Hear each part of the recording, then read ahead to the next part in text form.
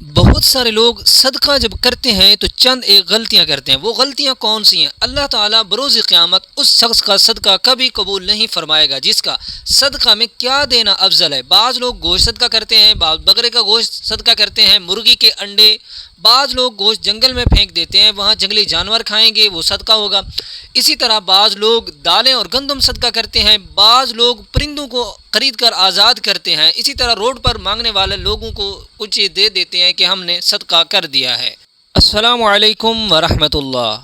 صدقہ دینے کا کیا طریقہ ہے؟ صدقہ کس کو دینا چاہیے؟ صدقہ میں کیا دینا سب سے افضل ہے اور صدقہ دینے کی کیا فضیلت ہے؟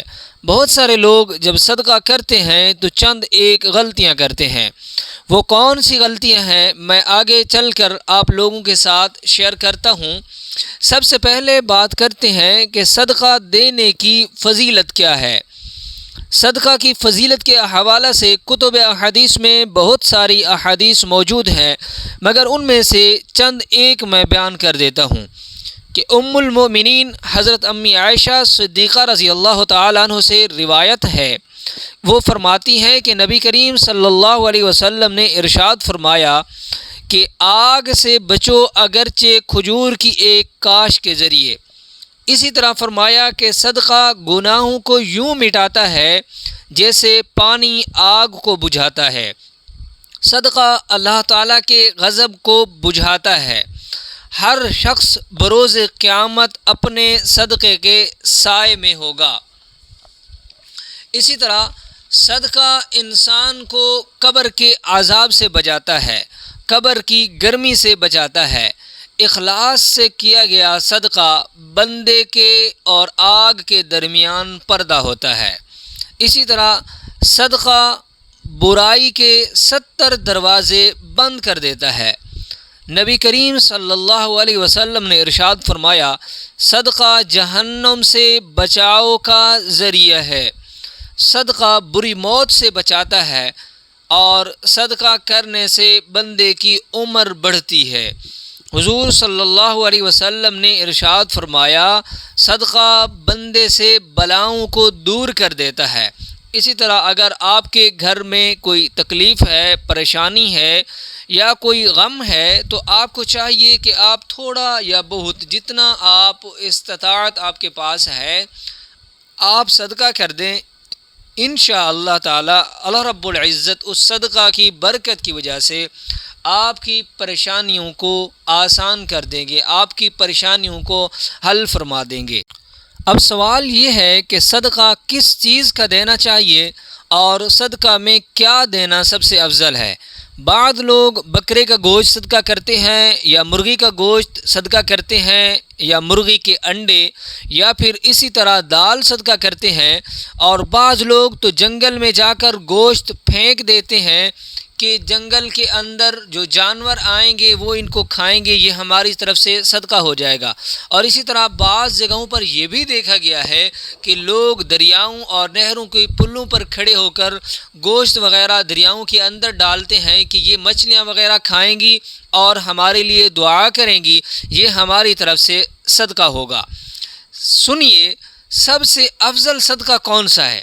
سب سے افضل صدقہ حضور صلی اللہ علیہ وسلم کا ارشاد مبارک ہے کہ کسی ضرورت مند کی ضرورت کو پورا کرنا، یہ سب سے افضل ترین صدقہ ہے۔ مثلا کسی کو دواؤں کی ضرورت ہے، اسے دوائی لا کر دے دی، کسی کو کھانے کی چیز ضرورت ہے، اسے کھانے کی چیز لا کر دے دی، کسی کو پانی کی ضرورت ہے، اسے پانی لا کر دے دیا، کسی کو جسم ڈھانپنے کے لیے کپڑوں کی ضرورت ہے، اسے کپڑے لا کر دے دیے، کسی کو مکان کے لیے کرایہ دینے کی ضرورت ہے، اسے پیسوں کی ضرورت ہے، آپ نے اسے پیسے دے دیے، اس نے مکان کا کرایہ ادا کر دیا، تو یہ سب سے افضل ترین صدقات میں سے ہے۔ یعنی جس مد میں جس کی ضرورت کو پورا کیا جائے وہ افضل ترین صدقہ ہے۔ اس میں بعض لوگ بضد ہوتے ہیں، جی ہم نے تو گوشت ہی صدقہ کرنا ہے چاہے کچھ بھی ہو جائے، یا چاول کی دیگیں پکا کر ہی بانٹنی ہے چاہے کچھ بھی ہو جائے، یہ ہمارے لیے صدقہ افضل ترین ہے۔ سنیے، یہ ایک بہت بڑی غلط فہمی ہے، کیونکہ یہ ہر بندے کی سوچ کی بات ہوتی ہے۔ اگر آپ دیکھیں کہ آپ نے گوشت کا ہی صدقہ کرنا ہے، آپ نے افضل سمجھا ہوا ہے کہ گوشت کا صدقہ ہے، اب اگر کوئی بندہ بیمار ہے تو آپ اسے جا کر گوشت دے دیں کہ یہ ہماری طرف سے صدقہ قبول کر لیں، تو وہ بندہ کیا چاہے گا؟ وہ بیماری کی حالت میں یہ چاہے گا کہ مجھے دوائی کی ضرورت ہے، مجھے دوائی لینے کے لیے پیسوں کی ضرورت ہے، میں گوشت کا کیا کروں گا؟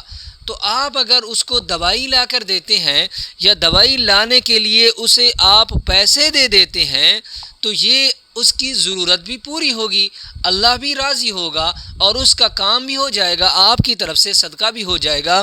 یہ صدقہ کی افضل ترین قسم ہے۔ اس طرح کسی ضرورت مند کی ضرورت کو پورا کرنا یہ افضل صدقہ ہے۔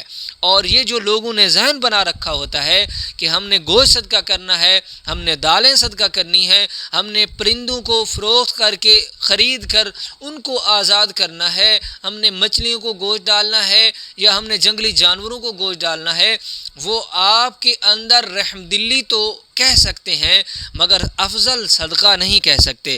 اسی لیے اس غلط فہمی کو اپنے دماغ سے، دل سے دور کرنا چاہیے۔ اب رہا دوسرا سوال کہ صدقہ کس کو دیں؟ دیکھیں، جن لوگوں کو زکوٰۃ دینا جائز ہے ان کو صدقہ بھی دے سکتے ہیں۔ اب افضل کیا ہے کہ صدقہ کس کو دیں؟